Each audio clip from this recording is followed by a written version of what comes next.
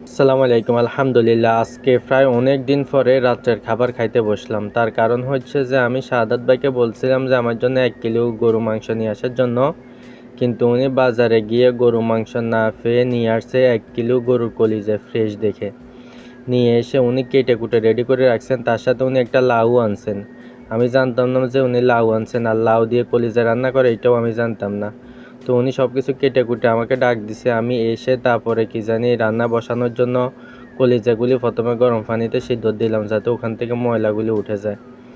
এগুলি সিদ্ধ করার পরে এগুলি একটা প্লেটে নিয়ে নিলাম, সুন্দর করে পরিষ্কার করে। রান্না করার জন্য একটা পাতিল বসা দিলাম, ওখানে কিছু গরম মশলা দিয়ে এগুলো লেড়ে ছেড়ে এরপরে ওখানের মধ্যে পেঁয়াজ দিয়ে দিলাম। যেহেতু সময় অনেকটা কম, একটু তাড়াতাড়ি করে করতে হবে, না হলে কিছুক্ষণ না ঘুমাইলে সকালবেলা উঠতে কষ্ট হয়ে যায়। এমনিতে 5 ঘন্টার বেশি ঘুমানো সম্ভব হয় না, কারণ হচ্ছে সকাল 6টা থেকে দিনের 1:30 পর্যন্ত ডিউটি, এরপরে আবার 3টে, 3:30 থেকে আবার রাতে 12টা পর্যন্ত ডিউটি।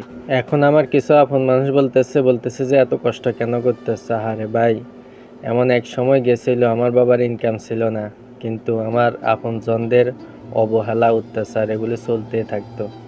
ওই সময় এই মানুষগুলি হাতে তালি দিছে, কখনো বলে নাই তোমাদের তো কষ্ট হচ্ছে। এখন বলতেছে এত কষ্ট কেন করতেছ। যাই হোক, সব কিছু মিলে আলহামদুলিল্লাহ, কষ্ট করলেও ভালো আছি আলহামদুলিল্লাহ। যাই হোক, আমার রান্না বান্না শেষ হয়ে গেছে, তো বাসা নিয়ে এসে খেতে বসলাম। আল্লাহ হাফেজ, আসসালামু আলাইকুম।